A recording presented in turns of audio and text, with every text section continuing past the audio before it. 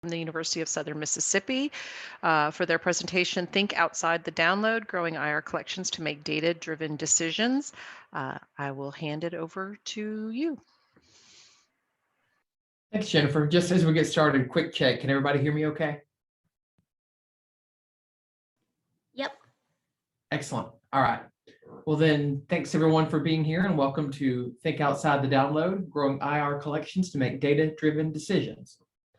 Just to give you a rough idea of where we're headed, we're going to give a quick introduction of us, give you a brief overview of our institutional repository, Aquila, and then kind of talk a little bit about our faculty publications while we're sort of using that as the case study to illustrate the concepts that we're talking about today. After that, Jennie will talk a little about how we gathered that data, how we have built out our faculty publications.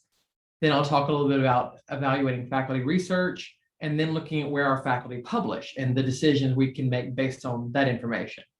And then we'll wrap up with a quick look at maybe what's next, some future steps along these same lines, and we'll hand over to you guys for questions at that point. So I mentioned introductions, who we are. I am Josh Cromwell. I'm the Scholarly Communications Manager at the University of Southern Mississippi. I've been at the university since the end of 2011. I've been in this role since 2013. When we first started the IR, there was an associate dean who managed it during that initial period, and I sort of worked under her, but I've managed it directly since 2013. And then I'll let Jennie introduce herself. Hi, I'm Jennie Vance. As you can see, I'm the Institutional Repository Specialist. I've been with Aquila, I think, since 2016. I think that sounds right. And that's me. All right, so just a quick overview of our IR. This was what our IR looked like at the beginning. It was named the Aquila Digital Community, Aquila pulling from the constellation of the eagle because the university's mascot is the golden eagle. It was launched in January 2012. The decision to go forward with the Digital Commons was made in 2011 before I was brought on board. So I don't have a lot of insight into what that process entailed. I sort of came in right at the beginning and really kind of got in on the ground floor of working with the IR, but that's kind of the timeline. The initial focus, as most repositories were, was on faculty publications. So that was sort of the main focus at first. Another collection we started with were our undergraduate honors theses. That was actually that associate dean I mentioned had spoken with the honors college dean about uploading the honors theses. And so really the first collection we added to the IR were the undergraduate honors theses from fall 2011. So they were there when we launched, when we went live in 2012. However, just like most of us, we've expanded that focus quite a bit as we've learned some of the different applications and different uses of the IR in the years to follow, the almost decade, which doesn't seem real to me. So here's what we look like now. We have everything now from graduate ETDs. We publish several journals through the repository. We have recordings of events and conferences, which has been greatly boosted by the native streaming that launched last year. So that's been a big plus. We have a few open educational resources and more, really. I mean, all sorts of things, everything from the things I mentioned to even image galleries of our edible book festival that the library hosts every year. So that's kind of a fun collection. But as you can see, we've certainly expanded quite a bit from those early days. And so if we're thinking about that, if we're thinking about, all right, the initial point was faculty publications, but now look at all these other things the IR can do. Why is it today that the case study, the example that I'm using to talk to you about is faculty publications? Well, this works because the way we tend to think about faculty publications, the metric we tend to use is that download metric, right? That's the thing that was most readily available to us. That's one of the easiest things that we can point to and say, look, some X number of people have downloaded this work. That's a great thing. Your work is being seen, it's being used. And that's true, that is a great thing. But when we focus so much on that, what we do sometimes is miss the opportunity to ask, are there other stories that we could be telling with this information? Are there other metrics or other data, or even other ways we can use the data to maybe help us with other decisions? So one reason for using this as an example too is that the collection we have now is just under 10,000 records.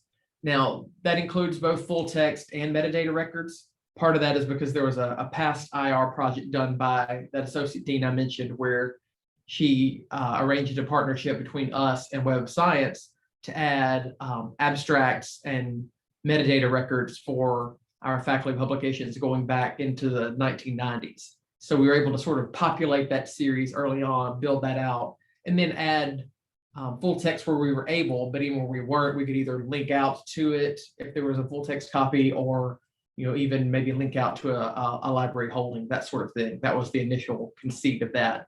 So that gave us a lot of records, a lot of data, and a fairly comprehensive, with the, of course, the limitations that Web of Science doesn't have everything, but at least a good starting point for getting a lot of that faculty research into the IR. But that brings up the question, of course, that if that project, which was done in the early days, I think 2013, 2012, 2013, so that first year or so, that gives us a good solid base going back almost 20 years. But what do we do going forward? How are we going to keep collecting those ongoing publications? How do we go about doing that? Well, initially, we sort of did what a lot of people did. We tried to encourage faculty to deposit themselves. But that becomes a challenge, right? Because as we heard so much in the last presentation, a lot of faculty have a lot of things on their plate. They have other things to do, and so it's hard to get the buy-in sometimes for them to do that. Also, at that point in time, there was only one of me. And so one of me versus a whole campus of faculty means there's only so much outreach that we can do as well. So if we're going to do this, then we had to start thinking about some other approaches and other strategies. And so thankfully, we were able to bring Jennie onto the team, and Jennie has done some remarkable work in this area that I will let her tell you about now.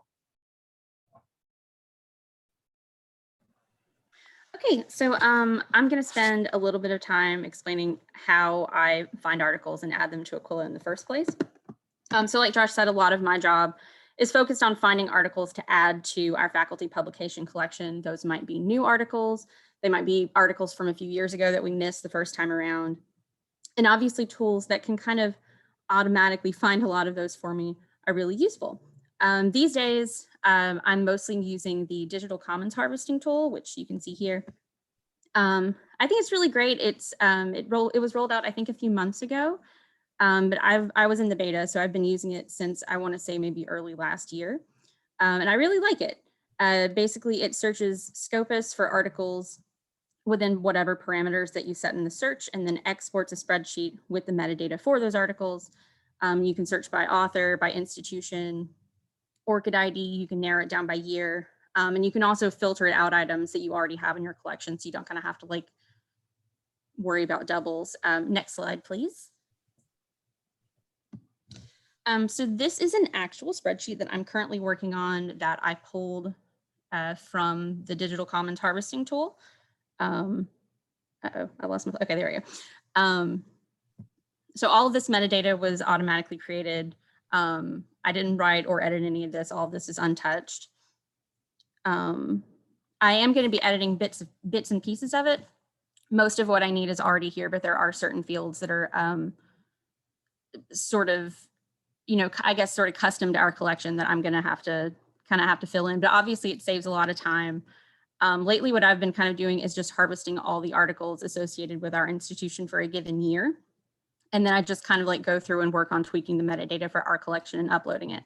And like I said, it saves a ton of time, and I would definitely recommend it if you're not using it already. Next slide. So obviously the bpress tool was not always around. It's fairly new. And so before its existence, I worked very hard to kind of scheme my way into finding new articles as quickly and easily as I could. So I want to share a little bit about those as well, and hopefully they can help somebody out there. So one thing I really relied on was Google Scholar. And you might be thinking, well, duh, yes, Google Scholar is very useful for finding academic papers. And I did spend a lot of time just searching on Google Scholar, but that got really tedious. So instead, I started using Google Scholar profiles, which you can actually set up alerts on, set up Google Alerts on Scholar profiles. This slide here is a profile for one of our faculty, whose profile I do have an alert for. So whenever he publishes something and posts it to his profile, I get an alert sent straight to a folder in my inbox. And when I'm ready to go and write the metadata for those new articles, all I have to go do is go check that folder. And it takes a lot of the time out of actually searching for the articles. Another thing that this method is really great for is actually faculty outreach. I try to email faculty asking for postprints of their recently published work, because they're certainly never going to offer it to me unprompted. So this allows me to email them, email about them pretty soon after publication while it's still kind of fresh on their mind. I wouldn't say that I get a ton of postprints or even responses, but I certainly get more than I would have otherwise. And even if they don't respond, it's really just a quick and easy way to say, hey, we're the IR, remember us, and hopefully kind of keep us somewhere in the back of their minds. The drawbacks of this method being that, one, all your faculty probably aren't using Google Scholar, so you're going to miss some new articles. And two, there is a limit to the number of alerts you can set, so there's a good chance you will not be able to set it up for all of your faculty. Next slide. Okay, so as you can see, the Google Scholar method is pretty great, but it's also easy for your faculty to sort of fall through the cracks. So I found another tool that's a lot more unconventional, but is really useful if you ever want to try it out. So I found this when I was just kind of vaguely Googling around about this problem. I knew that I wanted something that would automatically crawl Google Scholar for me. And I was even almost to the point where I was considering like programming a bot to do it, and I have no idea how to do that. But luckily I stumbled across this. It's a software called Harzing's Publisher Parish. I've included the link here on the slide. It's open source, so there's no risk in trying it. As you can see, it's not real fancy. It's very Windows XP. It wasn't made for IRs. It was not made for the purpose that I'm telling you to use it for. It was made so faculty could look up their publications on various databases and see their research impact more easily. And it's probably really great for that, but luckily it also works really well for my purposes. Next slide, please. So this software lets you search not only Google Scholar and Scopus, but also, as you can see, Crossref, PubMed, Microsoft Academic, and Web of Science. One thing I really like about it is that you can set up and save queries. So I saved queries for all of our faculty, and I kind of organized them into their respective departments, because sometimes I like to just see if, like, say, the history department has published anything new lately. And when I need to, I would just go in and refresh the query and see if there was anything new. Next slide. So I have an example here. I refreshed this search just before screenshotting this image, and it only took a few seconds to give me results. This is actually one of our faculty who does not have a Google Scholar profile. So these are papers that I would not have found if I was only using my Google Alerts cheat method. So that's 24 papers total, several of which, as you can see, are fairly new. And you can just click on any of these and it will link you right to the article. I got a lot of use out of this before the harvesting tool came out. And I would definitely suggest downloading it and just giving it a try, because it's a really great way to find papers that you might not even necessarily find with the bpress tool. Yeah, and I guess back to Josh, I guess. All right, so you see from all the creative strategies that Jennie outlined there, and in listening to her explain all this, I realized that we sort of titled our session "Think Outside the Download," but through her creative approach to this, we've really hopefully given you some ideas to think outside the upload too, with all the new approaches to defining all this material. Because obviously, if we're saying we want to use this data, we want to use this research, we want to use all the material that we've gathered from our faculty to make other decisions, we want that to be as complete a picture as possible. And so that's why the work that Jennie does is so vital to making sure that, again, like I said, we're not going to capture everything. I mean, that's one of those unattainable goals at a certain level. I mean, we hope to one day get there, but you try to get as much as you can. And so these approaches are allowing us to get as much as we possibly can for when we're making those decisions. So what are these decisions I'm talking about? Well, one example is the case of evaluating faculty research. So a few years back, our institution adopted digital measures as the tool for gathering and then evaluating scholarly output of faculty on campus. So using that to collect all the research, the publications, the presentations they're doing for dossiers, for promotion and tenure purposes. So the question came, okay, we have a lot of this research in the IR, in Aquila. Is there a way that we could use those IR collections to help them enhance the data that the faculty are adding to digital measures? Well, a huge tool that's helped us start making that a reality was the launch of Digital Commons API recently, because there's a way with that API to extract data from the IR into JSON files that could be directly uploaded into digital measures along with several other systems, but digital measures being the one that's most relevant to us because of how the faculty use it. So that is a project that I took on, is working with that API to see if we can make that happen. And that's still in progress, but I think we're pretty close. And I'm actually planning this summer to start doing some testing with faculty, because we can't upload those files from the API, the JSON files directly for the faculty. They would have to do it themselves. So my hope is to get a few to give them the files of their data and say, try this, does it work, does it not? So I can hopefully finesse it and pull exactly what we need to pull. The application I've been using to do most of my testing is Postman. You see a little screenshot of that here from an API call that I did for Dr. Sam Bruton, who is our director of the Office of Research Integrity and also a philosophy and religion professor here.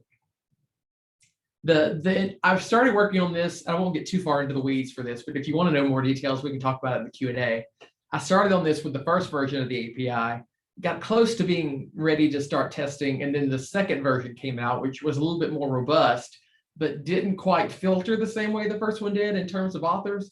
But I think I found a workaround by using the author merge tool, because if you do that, then there's a consistent author identifier for every author, even if the individual records have different variations of the name. So for example, using Dr. Bruton, if some of his papers were Sam Bruton, some were Samuel Bruton, some were Samuel V. Bruton in the IR based on how it was listed in the various publications he had in there. By doing that author merge, all of them still had a shared author name that showed up, even if that other version was there. So I could still pull everything associated with his, authority record essentially in the system. So I think, like I said, testing pending this summer, but I think that workaround is going to get me where I need to go. And so hopefully, once we finish that test, if that all works out, then we'll roll it out to the full faculty very soon. Because the beauty of that is, not only is that letting us use the Aquila information, the IR information, to help them with other decisions, help them with evaluating peers or submitting their own research to be evaluated by having it all in digital measures. But it's a way that we can help to market the IR by saying, hey, if you deposit your stuff in Aquila, you don't have to worry about putting it in digital measures as well. We can send you a file. It's all there together. It's a single upload and it's done. You only have to upload to one place, streamlines the process. So the hope is that maybe that if that does all work out, then we can use that to encourage more faculty to deposit because of the benefit of now essentially one-stop deposit. The other program that we're working on right now, the other initiative, is looking at where our faculty publish. So looking at which publishers are the majority of our faculty publishing with based on the data that we've gathered. I'll let Jennie talk a little bit about how she put together the spreadsheet, the example you see here, and then I'll talk about how we're using that data. So earlier this year, Josh asked me if I could find out which journal publishers our faculty kind of tend to gravitate toward. So we decided we'd focus on articles from 2019 onward. That way we'd have like a good 2 years of data and it would be pretty recent, which ended up being just shy of 900 articles. And unlike my process for finding new articles, I unfortunately didn't really have a way to automatically pull this data. So I then painstakingly went through and found out which publishers these journals were housed under. I found out pretty quickly that Sherpa Romeo was going to be useful for this. So I just sorted the spreadsheet by journal, and I went through and I just searched everything. I just searched all the journals on Sherpa Romeo. I made this massive spreadsheet, of which this is a very tiny clip. So I can kind of split everything off into different publisher pages. And there are, I think, about 85 separate publisher pages in the spreadsheet versus like the 9 fields you see here. And so that was basically the process of collecting the data. So I'll let Josh take it from there. Yeah, so the goal is, the idea is that if we look and we identify which publishers are our faculty using most often, then hopefully as we're making decisions about our subscriptions, about the collections we have access to, we can consider maybe targeting those publishers as being ones to look at maybe open access friendly arrangements. You know, if a lot of our faculty are already publishing there, maybe there's a way we can set up a deal to kind of waive some of the faculty fees associated with that, since they're already using it pretty heavily. It's maybe doesn't make as much sense to do that with a publisher where our faculty are not publishing very often, right? But if our faculty are publishing with a single publisher a lot, like in this case, Elsevier and Wiley being the 2 top ones, then maybe it's worth having those conversations. Are there ways we could do this going forward? So that's another example of just using the data from our faculty publications to make other decisions within the library in terms of analyzing our collections, analyzing our subscriptions, and are there ways to do that more efficiently, more cost efficiently, based on what we can demonstrate from the research in the IR. And what about going forward? What's next? Well, for one thing, I mentioned the API. Right now, the main use case that we were looking at was digital measures, but it can support more than that. So if this does all work and everything works the way it's supposed to, then maybe we can look at some other use cases for that API. Are there other systems we have that we could use that API to enhance as well?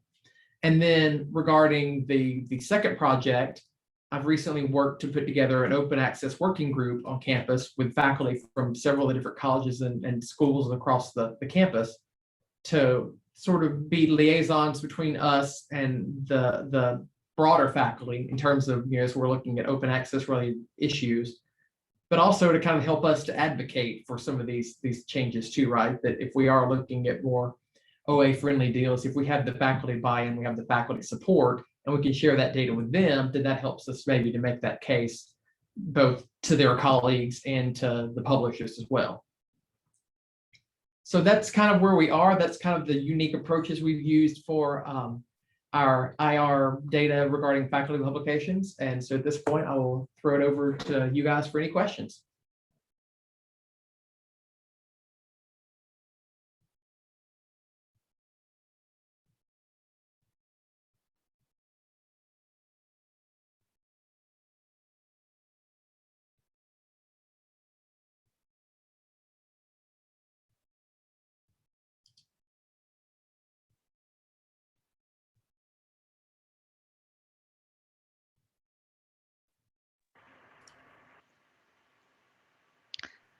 Thank you, Josh and Jenny. That was an excellent presentation. There's a question from Heather in the chat. Says Josh, okay, go. You read it? Okay. Yes, I just saw it.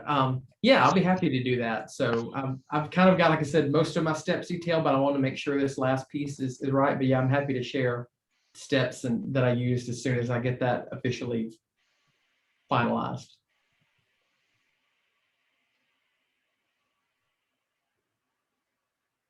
I'm assuming that's referring to the API, right?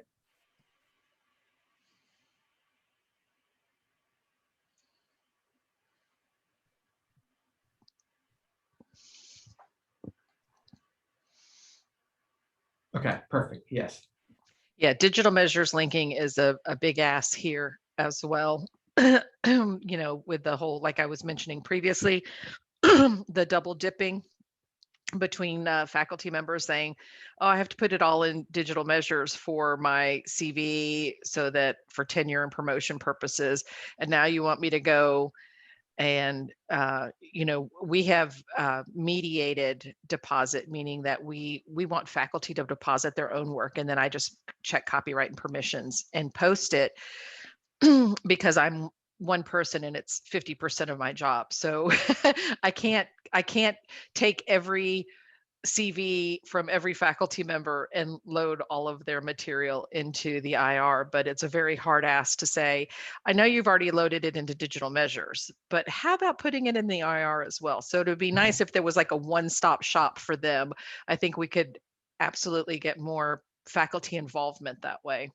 Absolutely.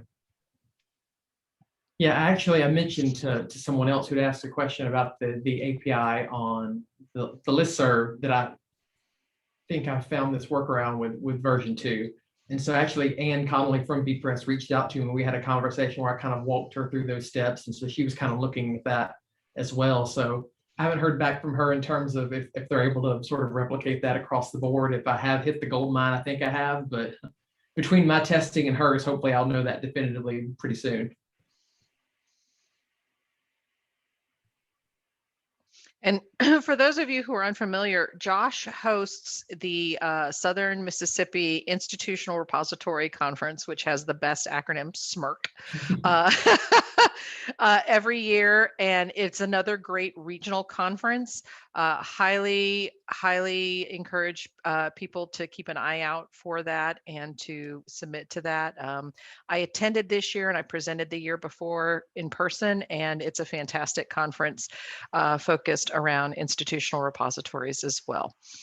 I'll drop the link to most of the sessions this year were recorded, so I'll drop the link to that in the chat if you want to go back and check those out, those of you who didn't have the chance to attend. And we will be doing it again next year as well. We'll open up registration in the first of the year, so keep your eyes open for that. Fantastic. And also, we will be reaching out to all the presenters today. We are recording these sessions and we'll have the recordings available, but we're also going to attach their slides to the schedule that is in our repository already. I was just going to bump in, Shandon Quinn had a question about, he said, can I share how often I'm using the Digital Commons harvesting tool for adding recent faculty publications in an ongoing manner? And I would say probably now I'm mainly using that. I opened up Publisher Parish for probably the first time in a while. Part of that might be I've been at home the last year, and so I'm just doing everything on my laptop. So I might go back to kind of a mix of that and like maybe the Google Scholar stuff when I get back into the office proper next week. But yeah, right now I'm definitely using the Digital Commons harvesting tool a lot.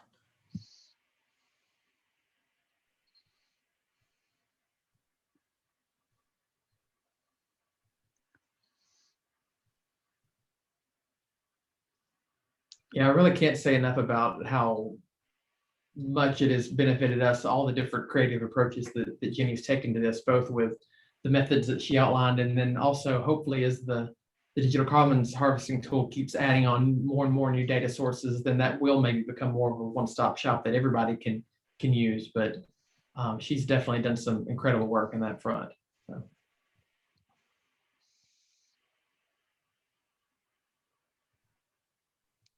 Awesome. Well, if there are no other questions or comments, we will go ahead and take another break here. We are running well on time. I think everybody has really, we've all reached the point of Zoom fatigue where we just want it, we want the information, but we want it fast and furious. So thank you, Josh and Jenny. Really appreciate your participation in the conference this year, and we will be back at 1:30 with Reimagining the Repository as a Community Nexus from Jacqueline and Amanda. Thanks again.